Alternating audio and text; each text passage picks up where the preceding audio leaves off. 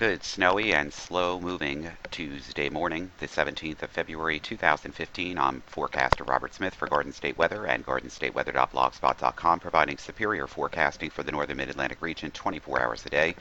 And this is the video forecast discussion. And as one would expect, the system is winding down as it transfers its energy to off the Carolina coast. We'll show you that in a moment. It's still snowing across a good portion of the area. The New York City terminals all have light snow this hour. Central Park, LaGuardia, Kennedy, Newark International, but it's winding down. Temperatures this morning are still in the teens across the region, and some lower single digits as well as up the Hudson Valley. For example, Montgomery at 8, Newburgh at 9.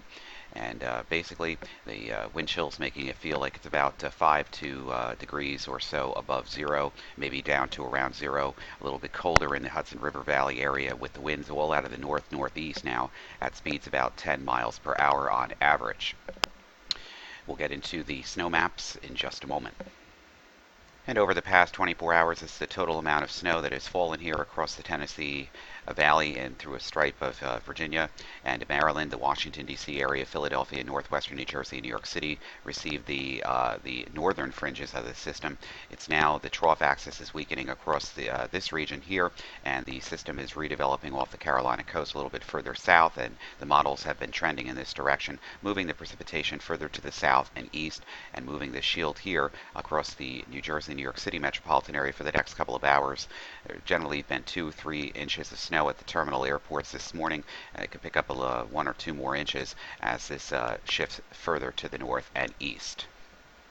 And the back edge of the snow now getting into northwestern New Jersey, where all of this should be dying off during and becoming very light during the next couple of hours. The roads are filled with a few accidents on the major roads like the Turnpike and the Parkway. Most of the major road cameras that we can see on 80, 206, into the oranges and into the city here. They're congested a little bit, but as to be expected with traffic building in the morning, but they're wet and they're predominantly, the traffic is moving moderately to freely across the region this morning. And this is what's left of the advisories, watches, and warnings. Here we have nothing on the ocean fronts this morning, but that will ramp up later tonight and tomorrow. We still have a winter weather advisory in the counties, all in the whites here, and this is extending into New York and also out on Long Island. We can see total accumulations here of about 3 to 6 inches, and that will continue until 10 a.m. this morning. Out on Long Island, we still have a winter weather advisory until noon for an additional snow totals of about 2 to 4 inches. And the latest chart from this morning from the Mesonet station showing basically anywhere from 2, 4, 5 inches of snow. Most common areas for the moderate to heavy snow have been right along the coast and in southern New Jersey, where it's been, predominantly forecasted for that region. Also down into the Delmarva here in Sussex County, in Delaware, where the heaviest snow, and then the snow has been falling back here to the 4, 5, 6 inch range across the Virginias and the Washington, D.C., Baltimore area as well. Morning pass of the visible satellite this morning shows plenty of cloud cover still in place across the region with snow underneath that, and the best lifting now is developing off the Carolina coast and out into the ocean. Drying air and sinking air here in the mid and upper levels of the atmosphere across the Hudson River Valley, interior Connecticut, northwestern New Jersey, as the storm system heads out to sea. And the lifting with this will continue to provide eastern Long Island and the Cape here with some moisture and snow, but the rest of the region, it looks like it's pretty much going to be a waxing and waning. And we can see the lifting here moving off the coast here, and the air mass behind it is beginning to dry as everything begins to shift off the coast. On the aviational weather deck early this morning, we have IFR and MVFR conditions across many of the terminals this morning, and already to the southwest here in Pennsylvania, it's beginning to improve, and this will continue throughout the morning hours, basically getting into MVFR and then later VFR conditions across the region. Still plenty of cloud cover around, but scattered to broken clouds across the region expected during this afternoon, and then clearing off during tonight with VFR conditions. Wednesday and Wednesday night, mainly VFR to start. There is a period of MVFR or even IFR conditions possible in snow showers during the afternoon and evening as a strong Arctic front passes through the region. Gusty northwest winds will develop in its wake. Thursday, VFR with a gusty northwest wind. Thursday night and Friday, VFR. Saturday, a chance of snow with conditions possibly lowering into MVFR and IFR category once again. Right now, outside of Newark International, it's 14 degrees. Dew point is 10, humidity 84%. The wind is northeast at 15, visibility 2.5 miles, and light snow. Overcast at 3,000, wind chill 1 degrees below zero. We're going to get into scattered to broken clouds by later this afternoon. Broken ceilings again late tonight, and then scattered to broken ceilings early tomorrow morning with VFR, with basically IFR conditions improving to VFR during the afternoon and evening tonight. Right now in Philadelphia, we are in MVFR. We have 15 degrees, dew point 10, humidity 80%. The wind is northeast at 7, 4 miles visibility in light snow and fog. Overcast conditions at 7,500. And basically, we're looking for improving conditions with broken ceilings late this afternoon, scattered cloud cover around late tonight and tomorrow, and the winds backing around to the northwest with improving conditions to VFR. Latest high-resolution rapid refresh model takes the system off the Carolina and Delaware coast and continues with a broken to scattered cloud cover around the region late this afternoon. And with that snowpack, temperatures are going to be on the cold side, generally running into the lower 20s across most regions. Temperatures starting out in the teens right now and then getting into the 20s across the region, low to mid-20s just about everywhere this afternoon, except maybe interior northwestern New Jersey with the snowpack on the ground, temperatures either side of 20.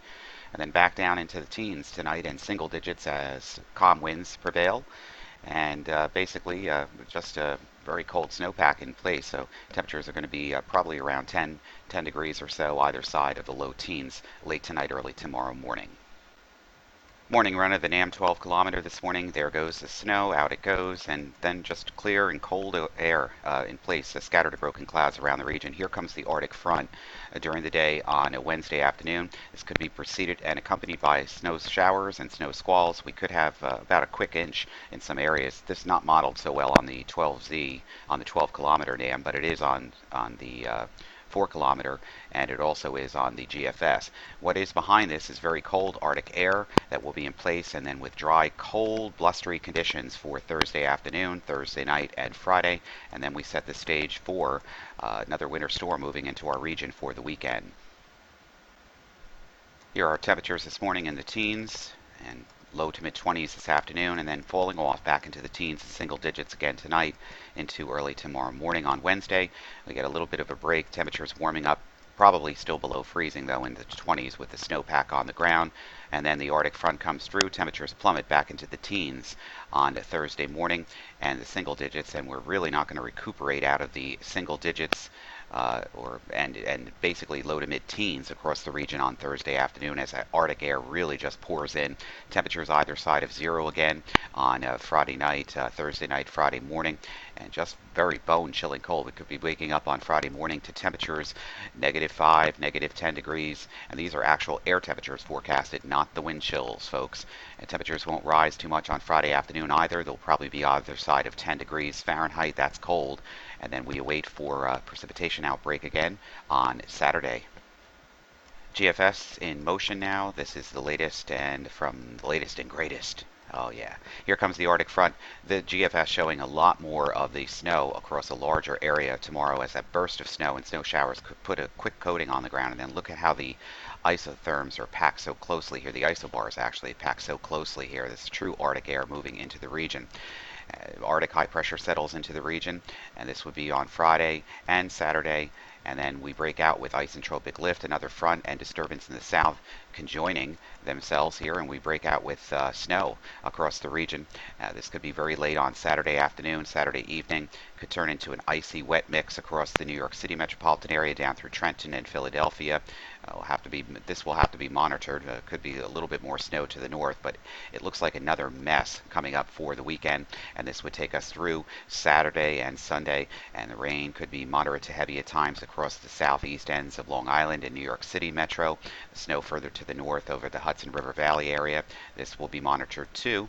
And then as we break into the forecast here, precipitation could wind up changing back to snow before ending late Sunday afternoon and Sunday evening. So the weekend doesn't look too promising at all.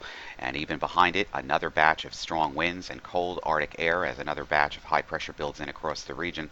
And we're not done with the Arctic air yet. That Arctic air settles in across the eastern United States right through Tuesday with another clipper to the north not affecting us too much. And that moves through the region with cold Arctic air in place once again.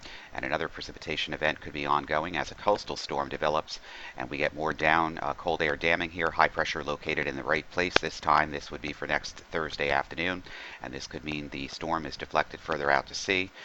Cold air damming winning out. This operational model probably is not going to tell the tale this far into the future.